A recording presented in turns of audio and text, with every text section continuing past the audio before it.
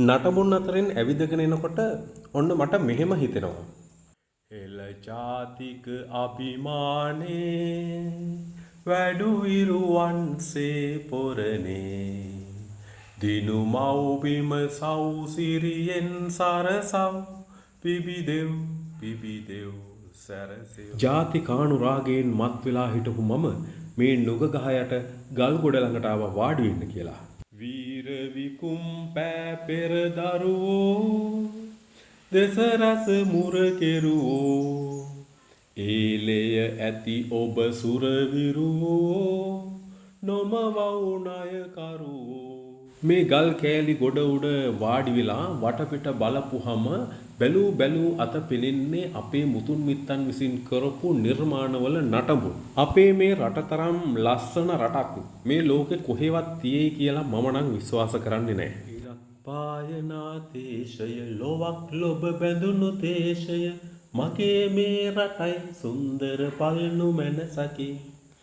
ඉරක් පායනා දේශය ලොවක් ලොබ බැඳුණු දේශය මගේ මේ රටයි සුන්දර බලනු මැනසකි.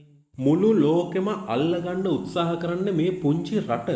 ඇයි මේ පුංචි රට අල්ලගන්න උත්සාහ කරන්නේ? ඒ තරම් සුන්දර වටිනාකමක් තියෙන ලෝකෙන් උතුම්ම රට තමයි අපේ රට.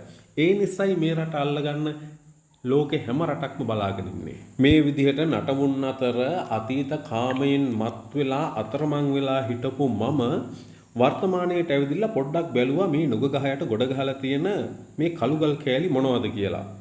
අනේ අපේ එතකොට තමයි මට තරු පෙනුනේ.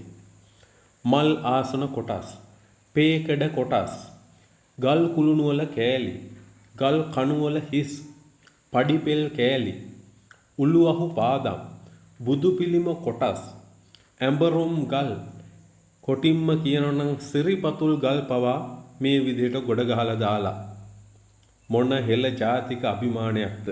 ඔන්න මගේ කවිසිත එතනින් පස්සේ ටිකක් වෙනස් වුණා.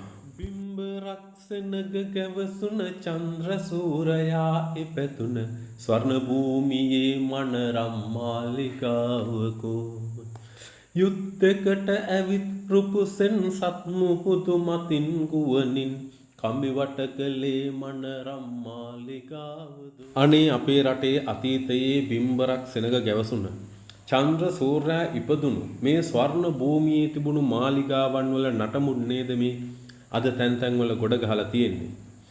යුද්ධ කාලෙදී ඇවිදිලා ඒ මිනිස්සු ආක්‍රමණකයන් ඇවිදිලා මේ සියල්ල විනාශ කරලා අපේ තිබුණු සම්පත් සියල්ලම සූරගෙන උන්ගේ රටවල් වලට අරගෙන ගියා.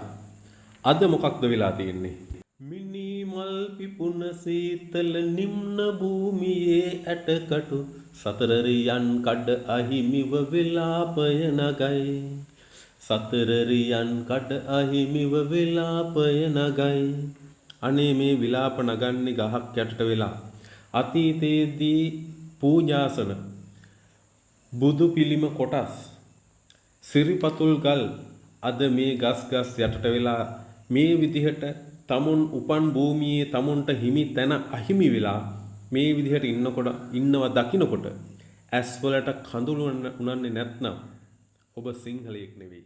අතීතයේ යම් දවසක බුදු සිරිපා පහසින් පවිත්‍ර වුණු මේ භූමියේ මේ සියලුම ගල් කැටයම් මේ පාෂාණමය කොටස් අති උතුම් අන්දමින් පූජා ලබන්නට ඇති. මිනිස්සු ඇවිදිලා පෙරලි වන්දනාවට ලක්වුණු කොටස් තමයි අද මේ විදිහට මේ පැත්ත ගොඩ ගහලා තියෙන්නේ.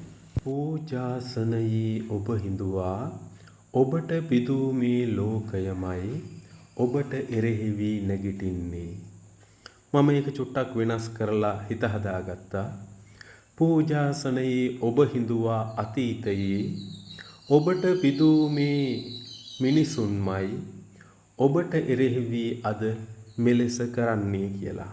අපේ ඉතිහාසය දරාගත් මේ සාක්ෂි අද අවතැන් වෙලා උන් හිටිතැන් නැති වෙලා යන එනමන් නැති වෙලා මේ විදිහට යාචකයින් වගේ ගස් යට තැන් තැන්වල ගොඩ ගහලා තියෙනවා දැක්කහම මගේ හිතට නම් දැනෙන්නේ පුදුම දුකක්.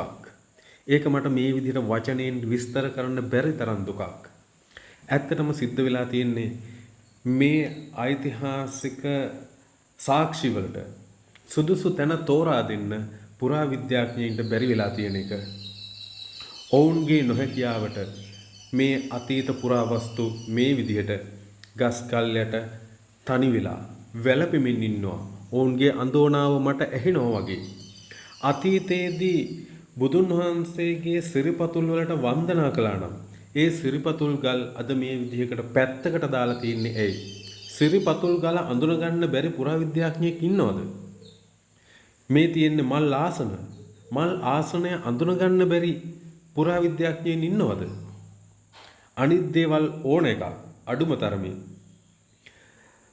සිරිපතුල් ගල්, පූජාසන, බුදු පිළිම කොටස් මෙන්න මේ තුනවත් සුදුසු ස්ථානයකින් තැන්පත් කරලා නිසි ගෞරවය ලබා දෙනවා නම් හොඳයි කියලා මම විශ්වාස කරනවා. අපි ගෙදර වන්දනා කරන බුදු පිළිම වහන්සේ කැඩුණොත් සුදු රෙද්දක ඔතලා නොපෑගෙන තැනක පොළවේ තැන්පත් කරන්නත් අපි වග බලා ගන්නවා. ඒ තරම්වත් වගකීමක් නැද්ද? මේ සියල්ලක් දෙස බලමින් අතීතය, වර්තමානය, අනාගතය මෙනෙහි කරමින් හැම දෙයක් පිළිබඳවම මේ නුගගස් සෙවණේ ඉඳගෙන කල්පනා කරනකොට මට මෙහෙම දෙයක් අවසාන වශයෙන් සිහිපත් වුණා. ලෝකේ යම් දෙයක් හටගත්තා නම් ඒ සියලු දේ නැසෙන බව අප මහා සම්මා සම්බුදුරජාණන් වහන්සේ දේශනා කළා. අනිච්චාවත සංඛාරා, සංස්කාරයන්ගෙන් හටගන්නා සියලු දේ අනිච්ච ස්වභාවයෙන් යුක්තයි.